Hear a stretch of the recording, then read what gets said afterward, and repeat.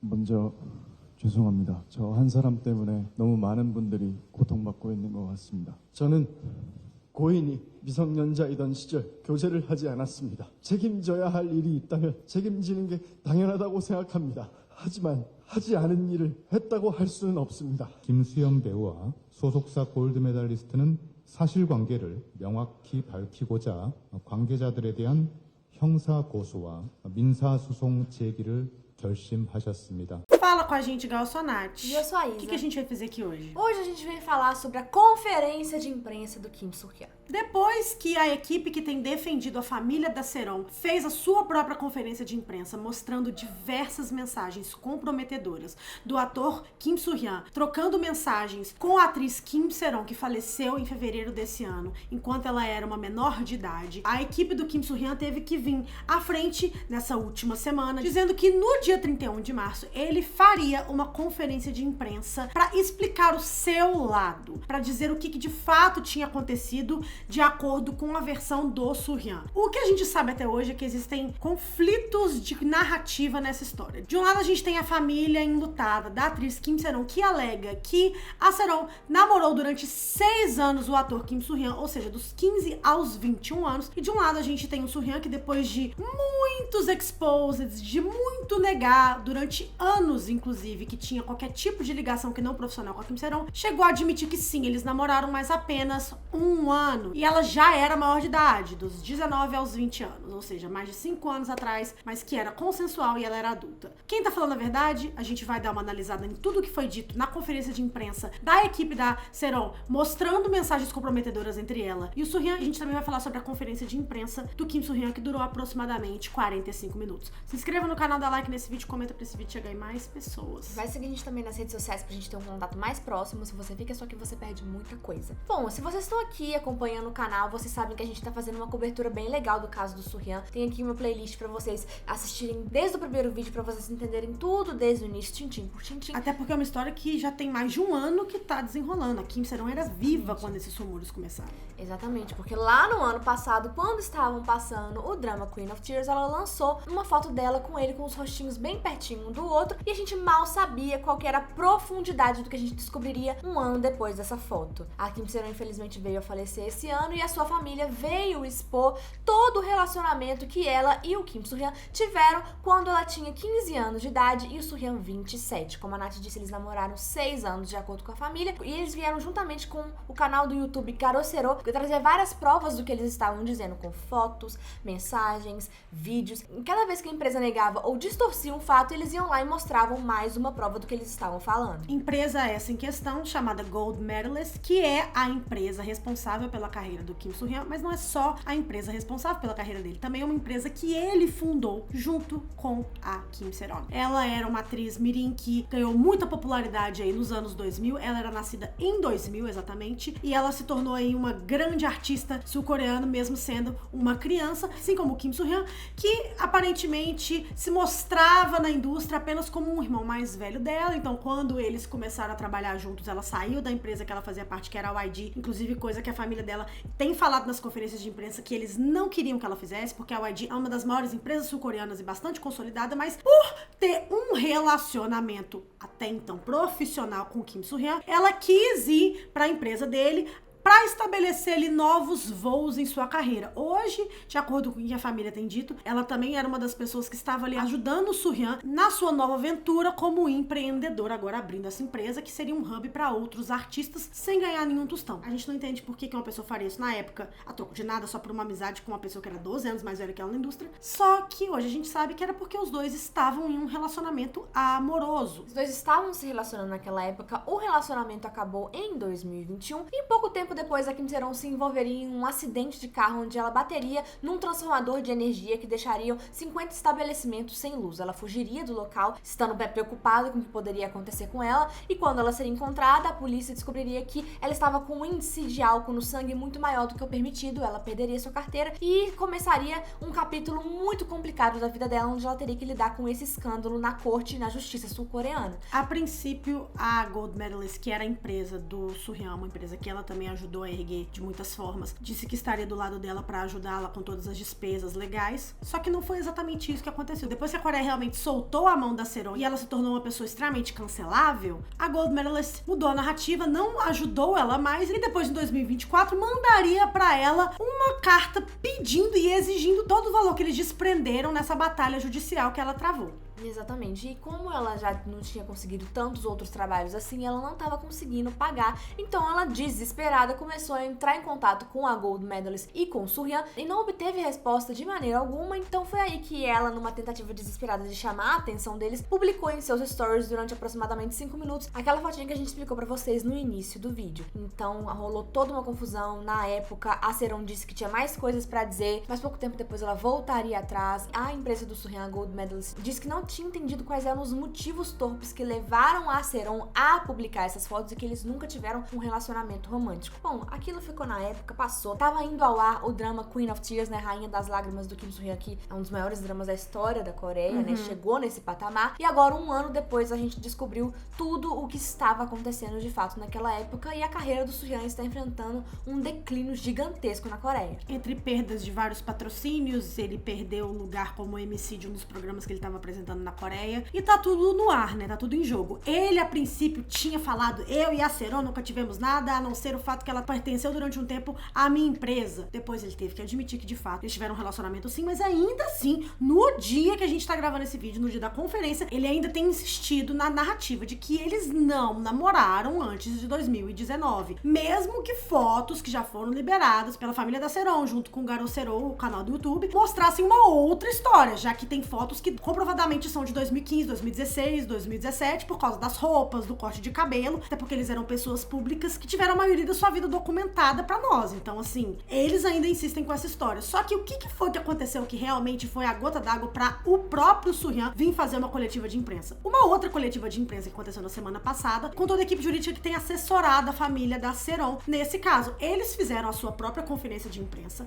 mostrando diversas mensagens do KakaoTalk, que é o WhatsApp sul-coreano, do Suryan com uma suposta Seron ainda menor de idade. Mensagens que diziam coisas como o seguinte: a Kim Seron diria: você nunca acorda. E ele responderia: sim, eu nem perceberia mesmo se você me beijasse. Aí ela diria: então você não notaria mesmo se eu fizesse isso algumas vezes. E o Suryan: quando poderei te abraçar e dormir? Acho que conseguiria dormir muito bem assim. Seron responderia: sim, eu vou deixar você fazer isso. Em outras mensagens, supostamente ele teria começado a perguntar pra ela quanto tempo levaria pra eles se tornarem íntimos um do outro. Ele perguntaria o seguinte, ó: vai levar cerca de 1 ano? Ela responderia: talvez. E ele: 3 anos? Aí ela: quero dizer, 1 ano já é bastante tempo, mas 3? Aí o Suryan: você acha que 1 ano é muito tempo? Então em 6 meses? E ela responderia: eu vou fazer quando eu quiser, sem promessas. Então, assim, todas essas mensagens datam de quando ela era menor de idade. Dá pra ver que é um tipo de conversa que a gente que é adolescente também já teve com algum namoradinho ou alguma namoradinha, de pressão pra pessoa ceder ali sexualmente e coisas do tipo. E é nesse lugar que a família da Seron tá tentando realmente fazer o caso deles acontecer. No caso de suposta pedofilia. Então é nesse lugar que eles têm tentado fazer com que as pessoas enxerguem o quão torpe eram as atitudes do Suryan, de manipulação, de grooming, né, que é quando a gente conhece uma criança e prepara ela pro abate, se tornando ali um amigo, um confidente próximo, pra quando ele tem uma idade um pouquinho mais avançada, a gente ir lá e abocanhá-lo, né, nessa forma amorosa e sentimental. Então é com essas mensagens que a galera da Coreia do Sul ficou completamente consternada e apavorada, e foi aí que o time do Kim Suryan resolveu agir com sua própria conferência de imprensa, onde a imprensa estaria lá pra fotografar, mas ele não responderia nenhuma pergunta. Inclusive, tiveram pessoas do Garo Sero, o canal do YouTube que anda expondo o Suryan juntamente com provas que a família da Seron tem fornecido, estavam no local e foram retirados à força. Então, assim, foi um momento bem tenso. Ele chegou, a vibe da conferência foi bem pesada, ele chorou muito tempo, e esses foram meio que, tipo assim, os highlights, os maiores momentos que a gente pegou aqui pra ler pra vocês entenderem o que ele falou e como que ele se defendeu das alegações de pedofilia.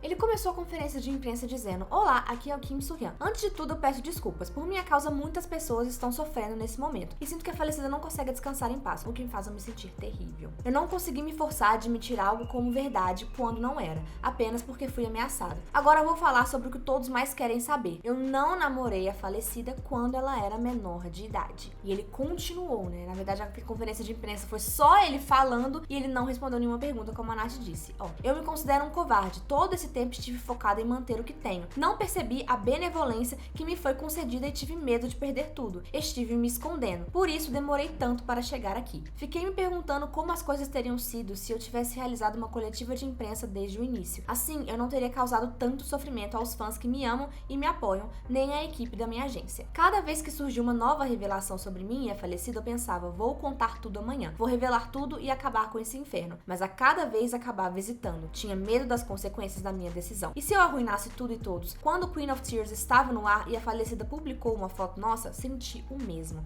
A falecida e eu estivemos em um relacionamento por cerca de 1 ano, 5 anos atrás, 4 anos antes de Queen of Tears ter sido exibida. No entanto, na época, neguei nosso relacionamento. Acredito que mereço as críticas pelo que fiz. Ele ainda diz que o único erro que ele cometeu seria o seguinte: se eu cometi algum erro, estou disposto a assumir toda a responsabilidade. Isso é o certo a se fazer. No entanto, não posso admitir algo que não fiz. As gravações e os depoimentos que a família afirma serem provas foram todos criados depois dessa controvérsia. O mesmo vale para as mensagens de Kakao Talk que eles divulgaram. Essas mensagens contêm inúmeros erros factuais. A foto que alegaram ser de 2016 é na verdade de 2019, e a falecida, mais do que ninguém, não teria errado sobre a diferença de idade entre nós. Ela também não teria se enganado sobre o nome e o período de contrato da agência com a qual ela trabalhou por 4 anos. Além disso, a falecida nunca participou de progressos de elenco ou direção na minha agência. Recentemente, a família realizou uma coletiva de imprensa onde revelou mensagens de Kakao Talk que afirmam ser conversas entre mim e a falecida. No YouTube, essas mensagens de 2016 estão sendo usadas para me rotular como e manipulador de menores. No entanto, a pessoa que conversa com a falecida nessas mensagens de 2016 não é a mesma das mensagens de 2018. Para provar isso, enviei todas as mensagens relevantes que tenho, os chats de 2016 e 2018 fornecidos pela família, bem como as minhas conversas recentes com conhecidos, a uma instituição forense científica para análise. E o resultado é: a instituição concluiu que a pessoa nas mensagens de 2016, que supostamente seria eu, não é a mesma das mensagens de 2018 que eu forneci. Essa tem sido a parte mais dolorosa dessa controvérsia. Sempre que a minha agência e eu respondemos às acusações da família, eles de repente divulgam novas gravações feitas depois que a polêmica começou. Manipulam a linha do tempo, divulgam capturas de tela e conversas editadas seletivamente e continuam a fabricar declarações e provas. Estou disposto a aceitar todas as críticas pela escolha que fiz, mas isso não significa que mentiras possam se tornar verdade. Assim como fiz com as minhas mensagens, garantirei que todas as provas apresentadas pela família sejam minuciosamente analisadas pelas autoridades investigativas. E se as alegações dele forem verdadeiras, eu os desafio a submeter tudo à lei para passar pelo escrutínio legal. Mesmo agora, pessoas que dependem de mim, pessoas pelas quais sou responsável, vejo-as sofrendo e desmoronando todos os dias. Tenho medo de quais novas provas fabricadas e falsos testemunhos serão usados contra mim. Mas se eu ceder e aceitar essas falsidades como verdade, não estarei apenas traindo a mim mesmo como pessoa, mas também a essas pessoas que acreditam em mim. Não vou pedir que confiem em mim, mas prometo provar a minha inocência. Logo depois dessa conferência de imprensa, a equipe jurídica da Seron começou a liberar outras fotos, mais provas de que eles tinham sim, que a Seron e o Soo-hyun tinham sim um relacionamento quando ela era menor de idade. Postaram vídeos dele na casa dela, mostraram outras fotos deles esquiando, viajando juntos, em momentos íntimos, mostrando que, tipo assim, olha, toda vez que vocês responderem e fizerem alguma coisa, a gente vai mostrar mais provas sim, a gente tem muita coisa pra mostrar, é isso que eles estão querendo dizer com isso. Inclusive, no dia 27 de março, eles mostraram pra gente uma carta escrita pela própria Kim Seron, que a gente vai ler pra vocês aqui agora. É uma carta que ela teria enviado pro Soo-hyun e ela diz o seguinte: Olá, aqui é a Ronnie, o apelido.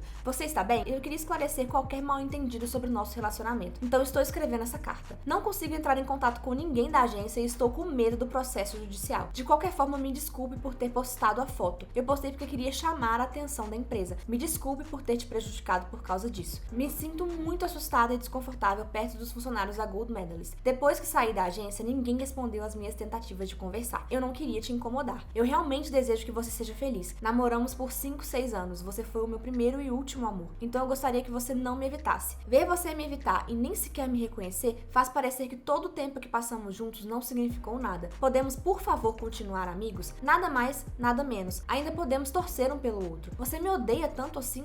Porque se essa carta não chegar até você, então nosso relacionamento realmente acabou para sempre. O pensamento disso me entristece. Não vou mais interferir na sua vida, mas não me odeie. Espero poder ver seu rosto sorridente novamente. Aqui está meu número de telefone. Se você ler isto, me ligue. Não importa o que eu faça, não há como expressar meus verdadeiros sentimentos. Espero que seu endereço ainda seja o mesmo para que você leia isso e não Urobe, que é o primo do Surreal. Estou torcendo por todos os seus futuros trabalhos e relacionamentos e espero que você seja feliz. Tudo o que espero é que você não veja nosso tempo juntos de forma negativa. E aí, com tudo isso, né, gente, a internet se dividiu. A maioria das pessoas na internet, tanto na Coreia quanto no Ocidente, estão completamente consternadas com a situação e totalmente contra o Surreal, estão totalmente do lado da equipe jurídica e da família da Seron. Mas, obviamente, que ele é um ator, o mais bem pago da Coreia até então. Ele é uma das pessoas mais importantes do entretenimento sul-coreano e uma das pessoas mais poderosas da Ásia. Ele tem muitos fãs, então as pessoas têm mandado vários caminhões de apoio pra ele, né, na Coreia, pra falar que estão do lado dele, não importa o que estão esperando que ele prove sua inocência. E a equipe do Surreal já falou que eles vão contra-atacar, eles vão processar tanto a família enlutada da Kim Seron quanto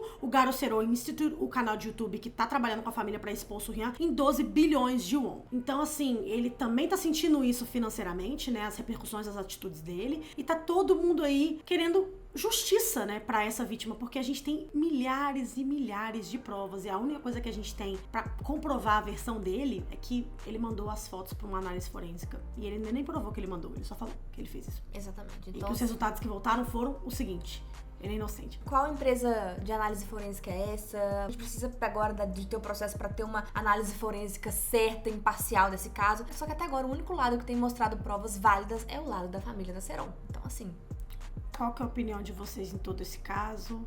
Vai seguir a gente nas redes sociais. futuro de sempre. Um beijo. Tchau!